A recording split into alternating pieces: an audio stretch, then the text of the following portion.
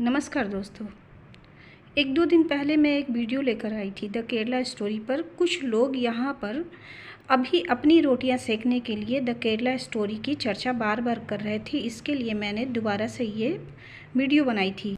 अब क्या होता है, लगभग 70 लोगों ने इस वीडियो को देख लिया है, लेकिन इसमें से सिर्फ एक लेडीज है या जेंट्स मैं नहीं जानती, सिमी नाम की एक आईडी है जिसने कल से मुझे परेशान करके रखा है, कमेंट कर करके इसका जवाब दो, उसका जवाब दो, इसका जवाब दो, उसका जवाब दो।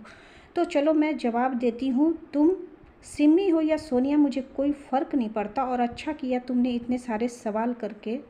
अब मैं और भी बातें जो कहना चाहती थी, जो उस वीडियो में नहीं कह पाई थी, वो अब बातें पूरी करूँगी। तो मैडम का सबसे पहला सवाल था कि क्या उस टाइम देश में नफ़रत नहीं फैलता जब विक्टिम मुस्लिम होते हैं। इस बात के लिए मैं पूछना चाहूँगी कि ये मुझे कब से जानती हैं, मैं कब से यूट्यूब पे आई हूँ, और कोई भी ऐसी घटना हुई हो और मैंने वीडियो बनाया हो या नहीं बनाया हो, तो इस बात का यहाँ पर क्या औचित्य है। और रही बात नफ़रत फैलाने की, तो यहाँ हत्या, मर्डर और क्राइम का क्या कहें, हम तो क्रिकेट में भी नफ़रत ढूंढ लेते हैं। इनका दूसरा सवाल है, मैम मगर सवाल ये है कि लीचिंग भी बहुत सालों से होती आ रही है, मगर जब एक मुस्लिम की लीचिंग करते हैं तो हिंदू मुस्लिम क्यों होने लगता है। जो मुस्लिम विक्टिम होते हैं तो उस टाइम धर्म बीच में क्यों आ जाता है, और धर्म इतना आता है कि इंटरनेशनल लेवल की हो हल्ला होता है। तब क्या आप ऐसे ही वीडियो बनाकर लोगों को भाईचारे का ज्ञान देती हैं, या कि ऐसा कुछ नहीं है, हिंदू मुस्लिम मत करो। इस प्रश्न के जवाब पे सबसे पहले मैं ये कहना चाहूँगी, जो मैंने लिख कर भी समझाया, कमेंट देकर भी समझाया, शायद उनको समझ में नहीं आई हो ये बात। जो ये बात करती हैं इंटरनेशनल लेवल की, तो कान खोल कर ज़रा सुनिएगा और सच्चाई सुनने की ताकत रखिएगा कि जितनी ज़्यादा संख्या उनकी है ना, हमारी किसी कोने में सिमटी हुई है, इसलिए हमारी बातें इंटरनेशनल लेवल पर नहीं जाती है। इस सच्चाई को नकारना नहीं चाहिए। हमारे देश में ही एकजुटता नहीं है तो पूरे प्रदेश की बात और विदेश की बात हम क्या करें, पूरी दुनिया की क्या बात करें। जब हमारे ही विचार यहाँ नहीं मिलते हैं तो इस तरह की घटनाओं के लिए सारे लोग उठ कर आ जाएंगे, ये मैं कैसे बताऊँ। और दूसरी बात, मैं एक बात और बता देती हूँ, जब भी कभी ऐसी घटना होगी तब देखना मैं वीडियो बनाती हूँ या नहीं बनाती हूँ, वेट करना।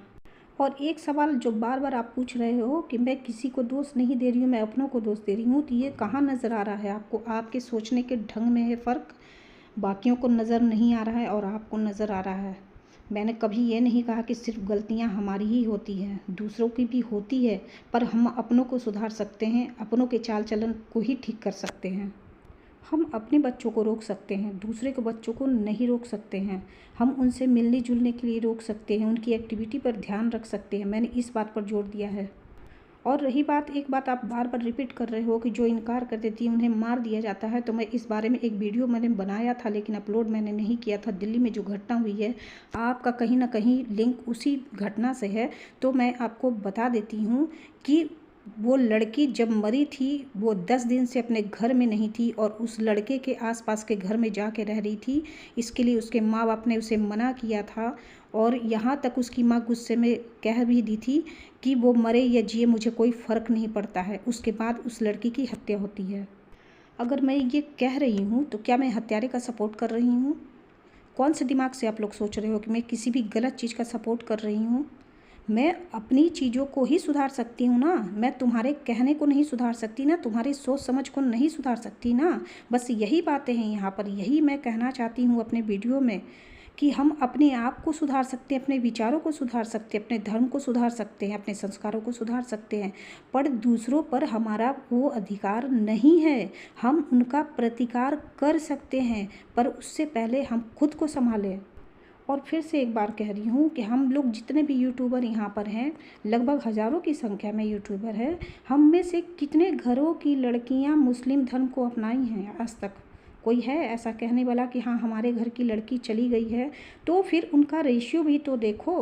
उस कम रेशियो को लेकर पूरे शहर में, पूरे देश में बवाल मचाया जा रहा है। मैं इस बात का विरोध कर रही हूँ, समझो मेरी बात को। अभी हाल फिलहाल की घटना है, शादी के मात्र 18 दिन के बाद एक लड़की को दहेज के लिए काट डाला जाता है, खून से लथपथ कर दिया जाता है। वो दूसरी कौम के नहीं थे, वो हमारे ही लोग थे, हमारे ही अपने लोग थे जिन्होंने इतनी निर्दयता से उस लड़की को मार दिया। हमारे देश में भी जितने भी क्राइम हो रहे हैं उसमें 80% घटनाएं उन लड़कियों के साथ में, उन लड़कों के साथ में हो रही है जो अपने माँ बाप से अलग रह रहे हैं या लिव इन में रह रहे हैं। तो इसको आप क्या कहोगे? इसको किसी कौम से जोड़कर देखोगे या इस आपराधिक प्रवृत्ति को कहोगे या जो नया फैशन चल पड़ा है लिव इन का उसको कहोगे?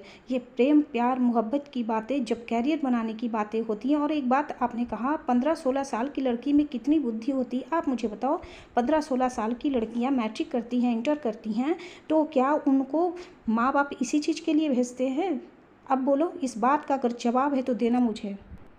ये लड़कियां जब जान रही किस तरह की बातें हो रही हैं तो क्यों नहीं समझ रही हैं? क्यों नए नए कांड होते जा रहे हैं, नई नई हत्याएं होती जा रही हैं? क्यों इनको समझ में नहीं आ रहा? तो हम अपनी बेटियों को ही कहेंगे ना। और जब ऐसा कह रहे हैं तो ऐसा तो नहीं कि मैं दूसरे कौम के लोगों का सपोर्ट कर रही हूँ कि उसने सही किया, बिल्कुल गलत किया है और उनकी सजाएं भी होती हैं। ऐसा तो नहीं कि हम लोग जाकर उठकर कह रहे हैं कि नहीं नहीं उसे छोड़ दो, हमारी बेटी की गलती है, ऐसा तो कोई नहीं कह रहा है। पूरे देश में कोई भी इंसान ऐसा नहीं है जो नहीं चाहेगा कि आफ्ताब को सज़ा मिले या साहिल को सज़ा मिले। कौन है ऐसा? पूरी दुनिया के लोग जो भी सुनेंगे वो भी कहेंगे कि नहीं, जिसने हत्या की, सबसे पहले मेरी बात सुनो, जिसने भी हत्या की या अपराध किया है उसकी कोई जाति नहीं होती है। मैं बार बार ये कहती हूँ, ना वो किसी का रिश्तेदार होता है, ना उसकी कोई जाति होती है। और आज से नहीं, मैं 6 महीने से ये बात कह रही हूँ।